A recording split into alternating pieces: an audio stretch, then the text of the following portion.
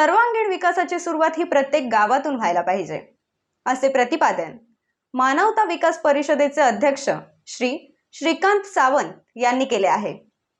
मानवता विकास परिषद आणि मालवणच्या मातृत्व आधार फाउंडेशन यांच्या चला समर्थ भारत घडवूया या मोहिमेच्या शुभारंभाच्या रॅली प्रसंगी त्यांनी हा संकल्प स्पष्ट केला आहे।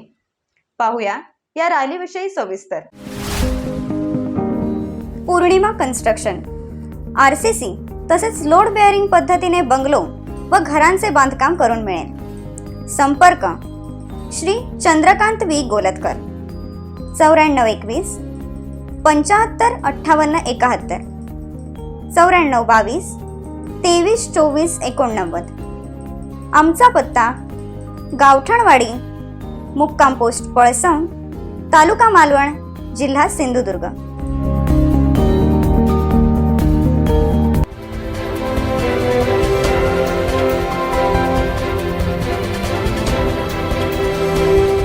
मानवता विकास परिषद आणि मातृत्व आधार फाउंडेशन मालवण यांच्या संयुक्त विद्यमाने चला समृद्ध सामर्थ्यवान भारत घडवूया या मोहिमेचा शुभारंभ मालवण वायरी येथे विविध मान्यवरांच्या उपस्थितीत करण्यात आला। यावेळी सर्वप्रथम ग्रामस्थांमध्ये जनजागृती करण्यासाठी मालवण सागरी महामार्ग ते एसटी स्टँड, भरडनाका, पिंपळपार ते वायरी अशी एक रिक्षा आणि मोटरसायकल रॅली काढण्यात आली होती। या रॅलीमधून मानवता विकास परिषदेची उद्दिष्टे व मानवता विकास परिषदेच्या वतीने उभारण्यात येणाऱ्या चळवळीविषयी प्रबोधन करण्यात आले। वायरी येथे चला समृद्ध सामर्थ्यवान भारत घडवूया या मोहिमेचा शुभारंभ श्रीकांत सावंत यांच्या शुभहस्ते करण्यात आला। यावेळी प्रमुख अतिथी म्हणून बोलताना अखिल भारतीय कॅरम फाउंडेशनचे उपाध्यक्ष नारायण शांताराम गोसावी, चॅरिटेबल ट्रस्टचे अध्यक्ष बाळासाहेब गोसावी म्हणाले, आज आपण सर्वांनी स्वतः पुढाकार घेऊन कोणत्याही राजकारण्यांच्या मागे न लागता जर विकासात्मक विचारांसाठी एकत्र होऊन लढा दिला तर खऱ्या अर्थाने सर्वांगीण विकास होणार आहे। जेव्हा मानवता विकास परिषद आणि त्यांचे सर्व सहकारी एखाद्या विधायक कामासाठी आवाज देतील त्यावेळी नारायण शांताराम गोसावी चॅरिटेबल ट्रस्ट तुम्हा सर्वांमागे खंबीरपणे उभा राहील असेही त्यांनी आश्वासन दिले। यावेळी सामाजिक क्षेत्रामध्ये अतिशय चांगले काम करणाऱ्या मालवणचे सुपुत्र बाबू ढोले यांचा रोख 2000 रुपये देऊन शाल आणि श्रीफळ देऊन सत्कार करण्यात आला। यावेळी बोलताना मातृत्व फाउंडेशनचे संतोष जोडबे म्हणाले, आज समाजामध्ये विविध स्तरावर रंजल्या गांजल्या यांची सेवा मातृत्व आधार फाउंडेशन आणि येथील रिक्षा बांधव हे अगदी तळमळीने करत आहे। येथील सर्व रिक्षा बांधवांचे कार्य आज समाजाभिमुख आहे, परंतु अशा सर्व तळागाळातील लोकांच्या समस्या सोडवण्यासाठी आज आपण सर्वांनी एकत्र येणे ही काळाची गरज आहे। यामुळे कोरोना कालावधीमध्ये आणि समाजाभिमुख काम करणाऱ्या माणसांचा, रिक्षा चालकांचा विशेष गौरव करण्यात आला। विविध मान्यवरांनी यावेळी मार्गदर्शन केले। यावेळी सामाजिक कार्यकर्ते आप्पा चव्हाण, अखिल भारतीय कॅरम फाउंडेशनचे उपाध्यक्ष बाळासाहेब गोसावी, मातृत्व आधार फाउंडेशनचे अध्यक्ष संतोष जोडबे, रिक्षा संघटनेचे अध्यक्ष पप्पू कदरेकर, दादा वेंगुर्लेकर, प्रभुदास आजगावकर, सामाजिक कार्यकर्ते बाबू ढोले, ऐश्वर्य जनार्दन मांजरेकर, राजा मांजरेकर, सिद्धेश वराडकर, सुरेश बापर्डेकर, पंकज मसूरकर, मधुकर जाधव, प्रसाद पराडकर, संतोष नागवेकर, विठू वराडकर, निलेश रोडबे, दिलावर शेख, जॉनी मेंडिस, सचिन कदम, नितीन आंबेरकर, कदापी शेख, गजानन गावकर, चंद्रशेखर मेस्त्री, संदेश पाताडे, वैभव माणगावकर, संतोष हिवाळेकर, राजा मसूरकर, जुबेर खान आदी उपस्थित होते। मातृत्व आधार फाउंडेशन मालवणच्या वतीने वायरीच्या वतीने सामाजिक क्षेत्रातील कार्याची दखल म्हणून समाजसेवक बाळासाहेब गोसावी यांचा शाल, श्रीफळ व पुष्पगुच्छ देऊन सत्कार करण्यात आला। सूत्रसंचालन प्रास्ताविक दत्तप्रसाद पेडणेकर आणि आभार ऐश्वर्य मांजरेकर यांनी मानले।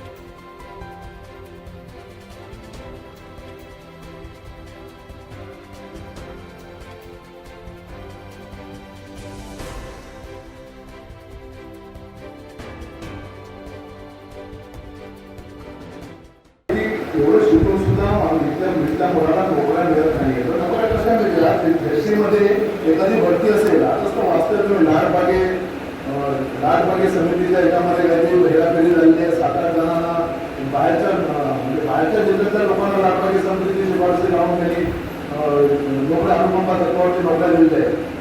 तर आपल्या मुलांना कसं मिळालं? तर प्रत्येक गोष्टी राजकारणी लोकांनी प्रत्येक क्षेत्रामध्ये फक्त पैसा बघितलेला आहे आणि माझा गरीब रिक्षा चालकाचा मुलगा किंवा गरीब रिक्षा चालक पैसा देऊ शकत नाही, त्यामुळे तो नोकरीपासून वंचित आहे।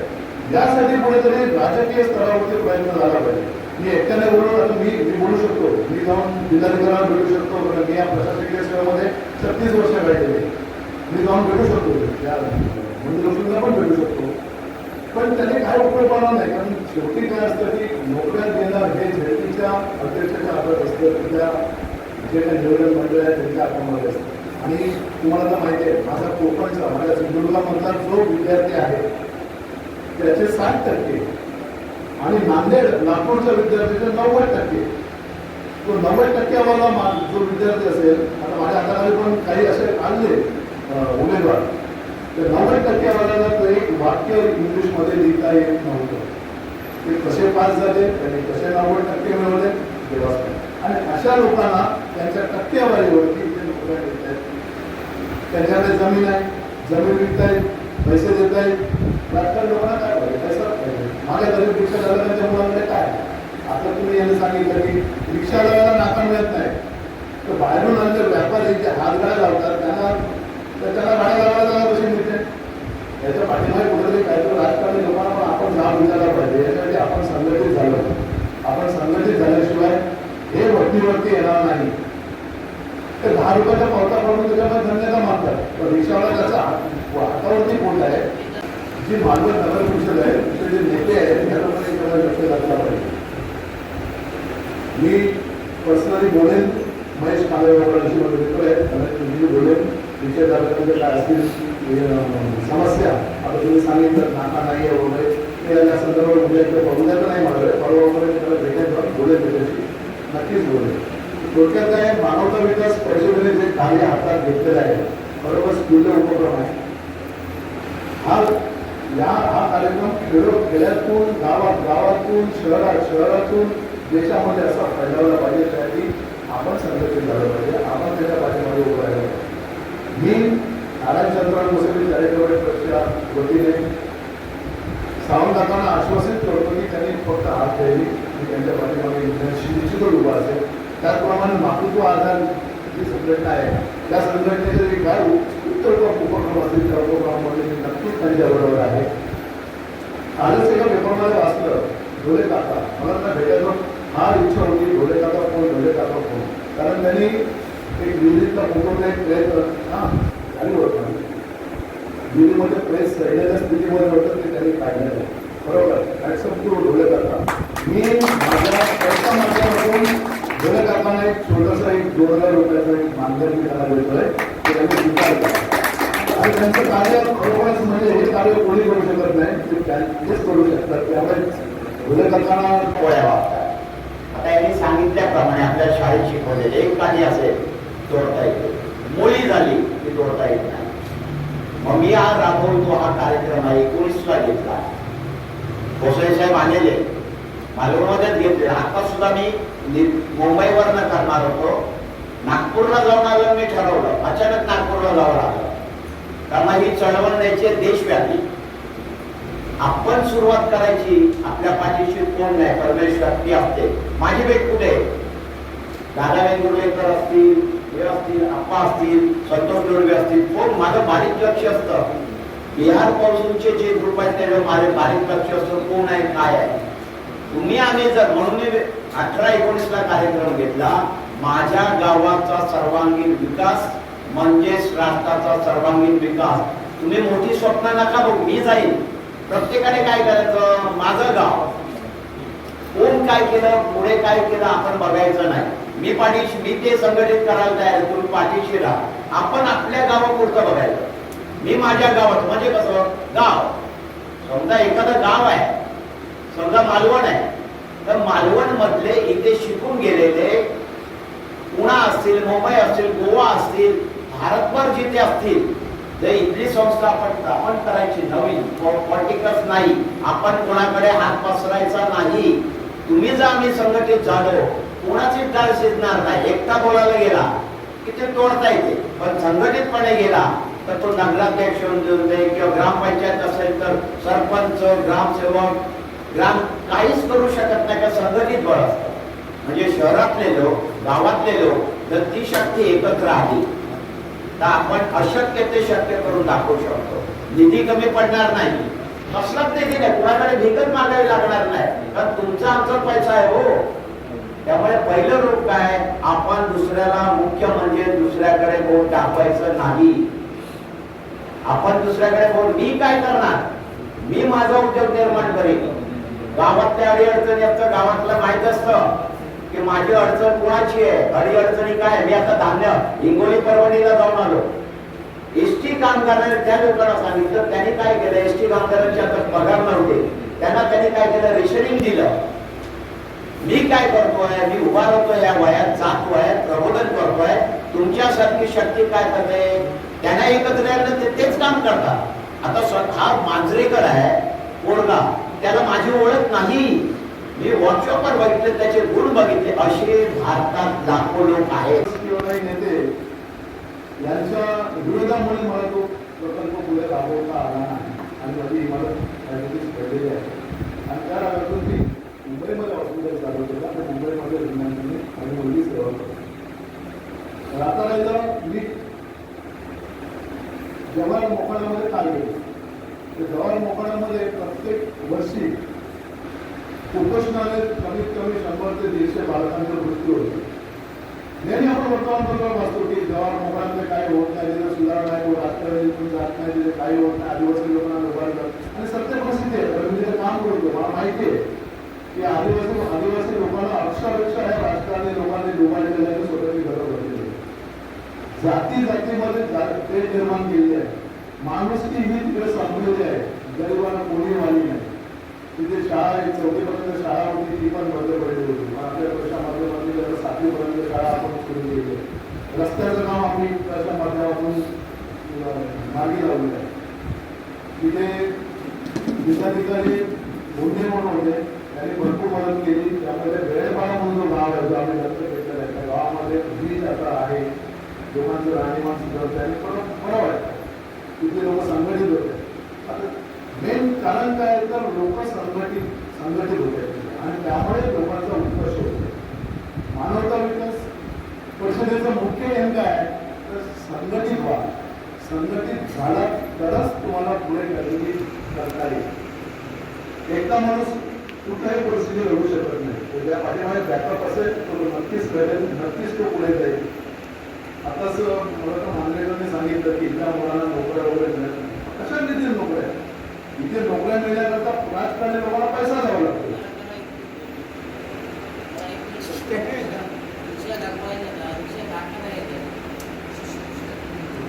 ते म्हणतात की इथे नोकऱ्या मिळत नाही. नोकऱ्या कशा मिळतील?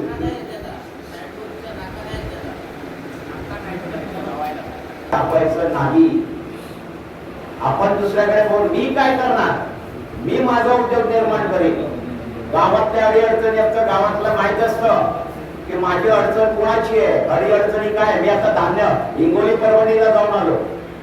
एसटी कामगारांनी त्या लोकांना सांगितलं, त्यांनी काय केलं, एसटी कामगारांचे आता पगार नव्हते, त्यांनी काय केलं, रेशनिंग दिलं. मी काय करतोय, मी उभा राहतोय या वयात, जातोय, प्रबोधन करतोय.